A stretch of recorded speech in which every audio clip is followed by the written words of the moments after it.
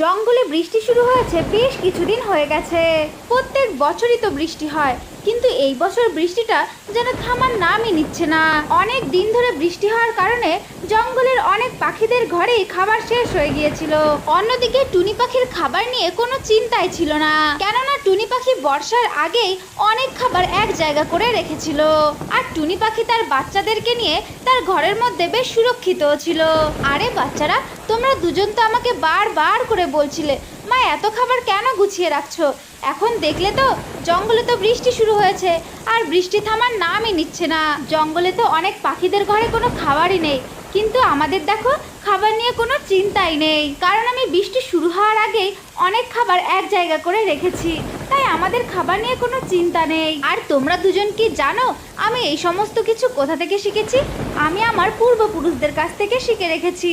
এখন তোমাদেরকেও আমার কাছ থেকে সব কিছু শিখে রাখতে হবে, যাতে বর্ষার দিনে কোনো দুর্যোগের মোকাবেলা তোমাদেরকে না করতে হয়। টুনি পাখি যখন তার বাচ্চাদের সঙ্গে এই সমস্ত কথা বলছিল, ঠিক তখনই টুনি পাখির দরজায় কেউ এসে কড়া নাড়ে।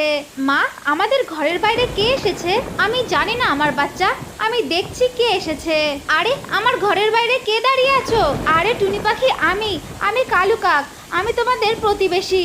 আমি খুব দুঃসময়ের মধ্যে দিয়ে যাচ্ছি, তুমি আমাকে কিছু সাহায্য করো। আমার ঘরে যে একটিও দানা নেই, আমার বাড়িতে আমার বাচ্চা আর আমার বউ যে না খেয়ে আছে, আমাকে কিছু দানা দিয়ে দাও, আমি তোমার ঘরে আসছি। আরে চালাক কালু কাক, আমি তোমাকে খুব ভালোভাবেই জানি, তুমি তো বর্ষার আগে খুব আলসে কুড়মি করে থাকো, কোনো দানাই খোঁজো না, আর যখন বর্ষা শুরু হয় তখন তুমি এরোর কাছ থেকে চেয়ে চিনতে খাও।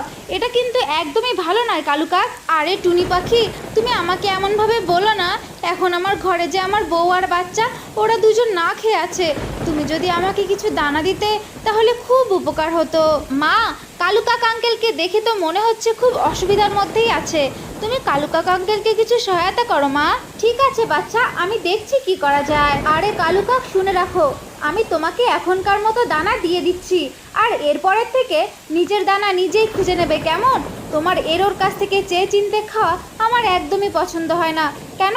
বর্ষার আগে কিছু দানা খুঁজে রাখলে কি এমন ক্ষতি হয়? লোকের কাছে বারবার হাত পাততে তোমার লজ্জা করে না? এখন যদি তোমার বাচ্চাটা তোমার সঙ্গে না থাকতো, তাহলে তোমাকে আমি কিছুতেই দানা দিতাম না। তোমার বাচ্চার কথা ভেবেই আমি তোমাকে কিছু দানা দিয়ে সহায়তা করছি। হ্যাঁ টুনি পাখি, এর পরের থেকে আমি সমস্ত কথাই মনে রাখবো। এখন আমাকে কিছু দানা দিয়ে দাও। ঠিক আছে, এই নাও কিছু দানা, এই দানাগুলো নিয়ে তুমি তোমার বাড়িতে চলে যাও। আশা করব তোমার বাচ্চার পেট এই দানাতে অবশ্যই ভরে যাবে। তোমাকে অনেক ধন্যবাদ টুনি পাখি, আমার উপকার করার জন্য। কালু কাক ওই দানাগুলোকে নিয়ে তার বাড়ির দিকে চলে যায়। আরে সুন্দরী, জানো ওই টুনি পাখি ভীষণ অহংকারী, আমাকে কিছু দানা দিয়েছে কিনা আর আমাকে কত জ্ঞানের কথা শোনাতে লাগলো। কেন, কি হয়েছে? কি বলছিল ওই টুনি পাখি? ওই টুনি পাখি আমাকে বলছিল আমি নাকি সারা বছর কোনো কাজই করি না আর কোনো খাবারও জোগাড় করি না, বর্ষা হলে এরোর কাছ থেকে চেয়ে চিনতে খাই। আমাকে কত কথা শোনালো আরো। আরে বাদ দাও তো ওই টুনি পাখির কথা, ওই ছোট্ট টুনি পাখির কথা গায়ে মেখে অত মন খারাপ করতে হবে না তোমার। আজকে আমাদের অসময়, তাই আমরা চেয়ে খেয়েছি, তাই এত কথা শোনাচ্ছে। কাল যখন বৃষ্টি থেমে যাবে তখন তুমিই নিয়ে আসবে দানা, তখন ওই টুনি পাখিকে কে দেখতে যাবে? এইসব কথা বলতে বলতে সকাল হয়ে যায়, কিন্তু বৃষ্টি থামার কোনো নামই নেয় না। তাদের কাছে যে কটা দানা ছিল তারা সমস্ত দানাগুলো খেয়ে ফেলে। এরপরে আবার রাত হয়, আর তাদের আবার ফিরে খিদে পেতে থাকে। কালু কাক, আমাদের বাচ্চাটার যে খুবই খিদে পেয়েছে, তুমি একটা কাজ করো, আবার ওই টুনির কাছে যাও, যদি কোনো সাহায্য করে তাহলে আমাদের বাচ্চাটার পেটটা তো অন্তত ভরবে। আরে সুন্দরী, তুমি এসব কি বলছো?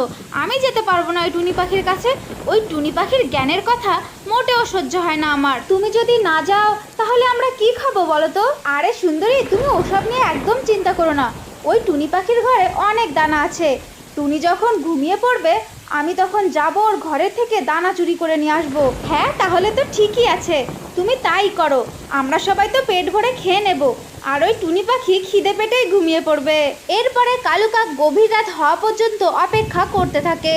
আরে কালু কাক, রাত তো অনেক হলো, এখন আমার মনে হচ্ছে টুনি পাখি নিশ্চয়ই ঘুমিয়ে পড়েছে, এখন তুমি যাও কিছু দানা নিয়ে আসো। হ্যাঁ সুন্দরী, তুমি ঠিক কথাই বলেছো, এখন আমি যাচ্ছি দানা নিয়ে আসার জন্য। এরপরে কালু কাক সেখান থেকে উড়ে টুনি পাখির বাসার মধ্যে চলে যায়। সেইখানে গিয়ে কালু কাক দানা চুরি করতে থাকে।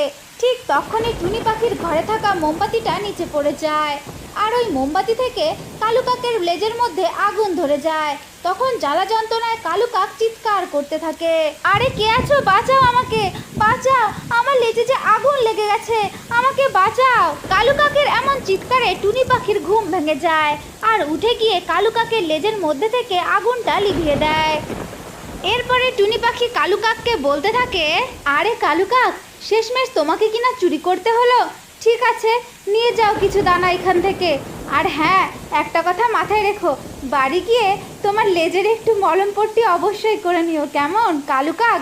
আর যদি তুমি ভবিষ্যতের কথা ভাবতে, তাহলে এরকমভাবে তোমাকে অন্যের ঘরে চুরি করতে হতো না। আমার ছোট্ট বন্ধুরা, তো এটাই ছিল আজকের গল্প। যদি তোমাদের ভালো লেগে থাকে তাহলে অবশ্যই লাইক করবে আর চ্যানেলটাকে সাবস্ক্রাইব করে দেবে, কেমন?